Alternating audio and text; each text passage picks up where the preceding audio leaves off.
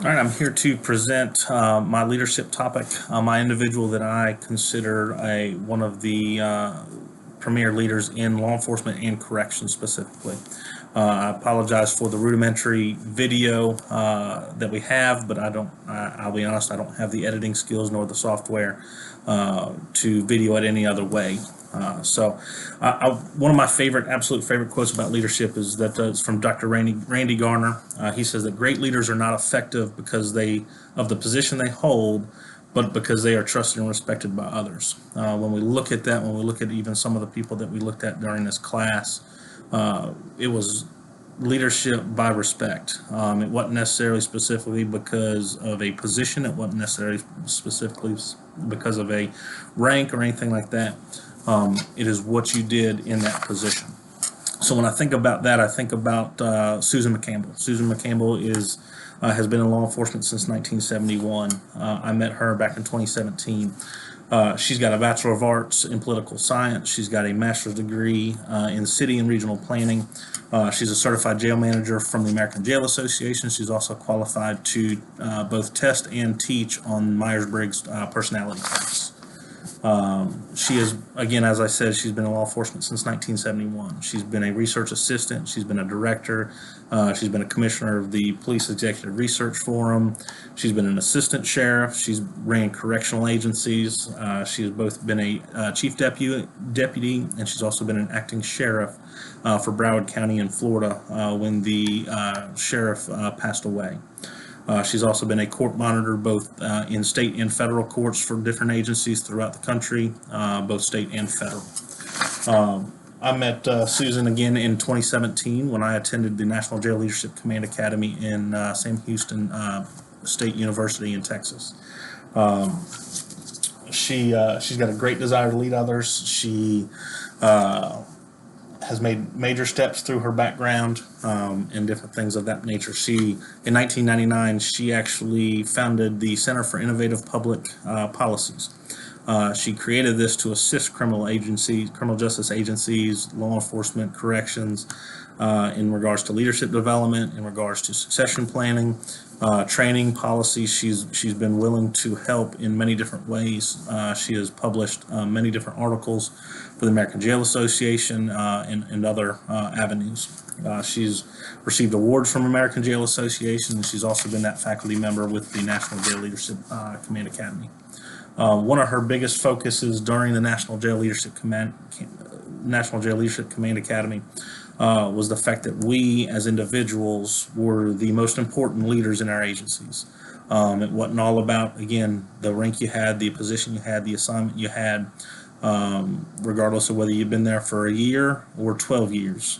You specifically were the most important leader and change agent at your agency. I asked Susan, what is one of the most important decisions that she has had to make, as well as what's one of the most important decisions that any leader, especially one that does have some rank and some responsibilities in an agency. And she said one of her ones that she has always seen is the decision to make a change to the internal culture. When she has taken over several agencies, several facilities, she would go in and she would see that the culture of the agency doesn't necessarily match what the mission statement was, doesn't match what they should be about. Maybe there was a negative culture, maybe there was negative morale. But she said a lot of times leaders don't make that decision to change that culture and just go with the same way it's been led for the last 15, 20 years. One of my favorite books on leadership is Turn the Ship Around by Captain David Marquette. He took over a Santa Fe nuclear submarine that was one of the lowest scores, morale, and retention in the U.S. Navy fleet. They had a leader-follower mentality, which is probably in regards to most Navy vessels, Navy ships, and even law enforcement. You just follow what the person above you said. He saw that a lot of times there was issues with that because they didn't understand what that true decision was being made about. So he turned it actually into a leader mode and actually turned it into one of the best, actually the best nuclear submarine in the U.S. Navy. They began to have the highest retention, highest scores, highest performance. I asked Susan, how do you go about making some of those changes to the internal culture. And she said one of the things that she always did was she always wanted to encourage the critical thinking of her staff, her supervisors, midline supervisors. She actually became qualified for that Myers-Briggs personality types so that she could actually test them and teach them what they knew, what they could find out about their personality type. As the generations have come into the workplace, you have to separate and look at different generations maybe slightly differently. And if you truly understand your personality type, you can know how to adjust and how to mentor and supervise and lead people with different types of personality types. Same thing with Captain Marquette when he took over as captains. He wanted his sailors to be able to critically think, especially in the middle of a battle or a training exercise. He wanted them to be able to critically think through the problem and make the decision and move forward. One thing that Susan once did, she began charging inmates for medical care. A lot of agencies weren't doing it at that time. That was back in the early to, or mid to late 90s. Most agencies were just providing that medical care free of charge. She had to think a little bit differently than she was. As inmate population grew, her cost grew, which kind of blew up her budget. So she had to look at different ways to counteract that. And one of the things she looked at was to actually charge the inmates.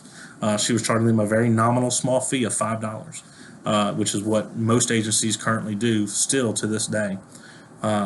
She was criticized both publicly, she was criticized by peers, but she knew that she was coming from a firm foundation and really thought through that problem and had that.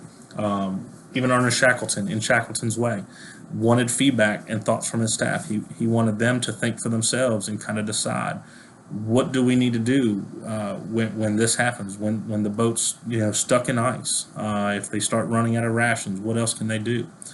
He didn't want it to always come down to just him and just him by himself. Obviously, with Susan being involved in law enforcement and corrections for such a long period of time, she has seen a lot of different types of issues. She said she thinks one of the biggest issues in correctional agencies right now is a lack of leadership, which is why she's a part of the National Jail Leadership Command Academy, is trying to get people to understand what they need to do to become leaders. One of the things that she always talks about is that they don't like to ask for feedback. Kouzes and Posner, in another one of their books, A Leader's Legacy, did a survey of leadership practices, and one of the worst ones was asking for feedback. That was actually the lowest out of 31 different practices that they didn't want to ask for feedback. They also didn't have a succession plan.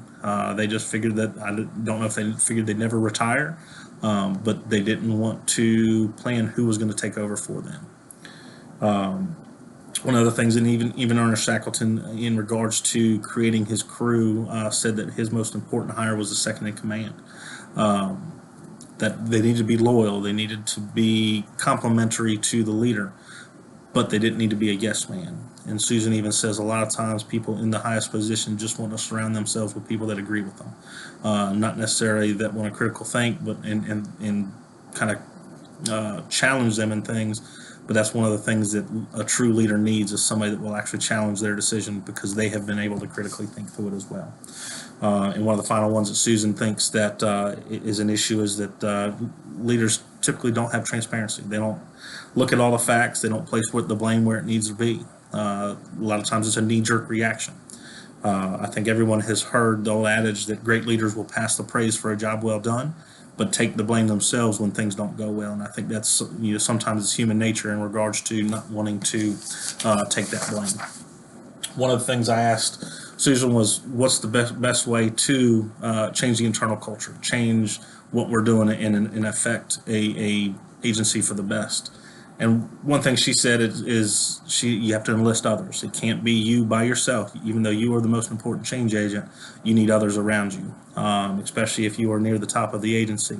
One of the things you need to do is get your strongest staff members, get them, enlist them. Even Kouzes and Posner says it's one of the 10 commitments to exemplary leadership.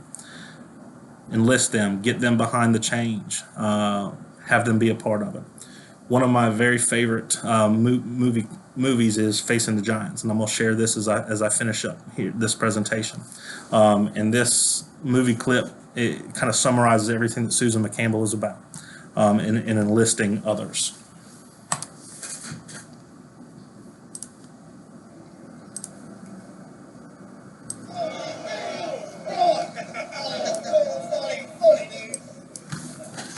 So, Coach, how strong is Westview this year?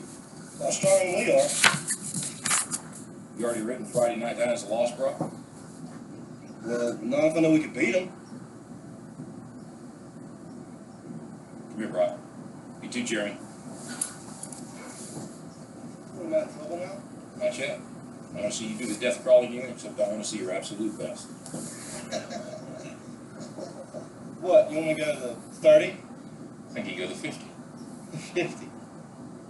I can go to the 50 if nobody's on my back. I think you can do it with Jeremy on your back. But even if you can, I want you to promise me you're going to do your best. All right. Your best. Okay. You going to give me your best? I'm going to give you my best. All right, one more thing. I want you to do it blindfolded. Why? I want you to give him up at a certain point when you can go further. Get down. Jeremy, get on his back. Good tight hold, Jeremy. All right. Let's go, Brock. Keep your knees off the ground. Just your hands and feet. There you go. Look to the left. Look to the left. There you go. It's gonna be good effort.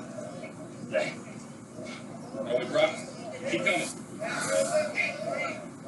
Very best. Your very best. Your very best. Keep moving, Brock. That's it. That's it. That's it. Keep going. Don't quit on it. Keep going. Keep driving. Keep driving. Keep your knees off the ground. That's it. Your very best. Don't quit on it. Your very best. Keep driving. Keep driving. There you go. There you go. That's it. You keep driving. Keep your knees off the ground. Keep driving. Don't quit till you got nothing left. Don't give up on me, Brock. You keep going. You hear me? You keep going. You're doing good. You keep going. Do not quit on it. You keep going. I know it hurts. You keep going. You keep going. It's all hard from here. 30 more steps. You keep going, Brock. Come on. Keep going. 20 more steps. 20 more. Keep going, Brock. Give me your best. Don't quit. No. Keep going. Keep going. Keep going. Don't quit more. Keep going. Don't quit. Give me your heart. You can. You can. 5 more. 5 more. Come on, Brock.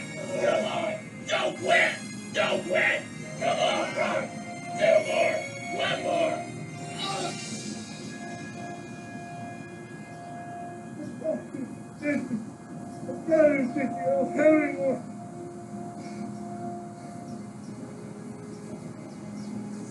Look up, Brock.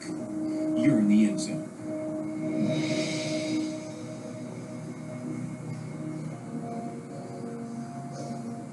Brock, you are the most influential player on this team. If you walk around defeated, so will they. Don't tell me you can't give me more than what I've been seeing. You just carried a 140-pound man across this whole field on your arms. Brock, we need you. God's gifted you with the ability of leadership. Don't waste it. Can I count on you? Yes.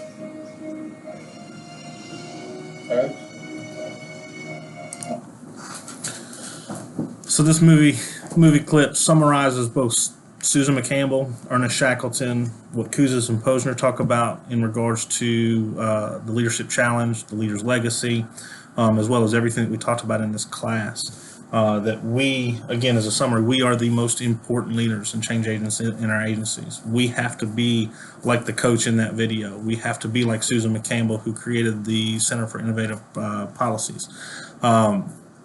We have to step up. We have to critically think. We have to look at things a little differently than we have before. In this movie clip, the coach was on his hands and knees, side by side, enlisting that player to step up, to make the next move, to be the leader that the rest of the team needed in order to win the game, instead of just having the we're going to lose mentality. We need to step up. We need to enlist those. Get a mentor, be a mentor. But more than anything, enlist those around us. Thank you.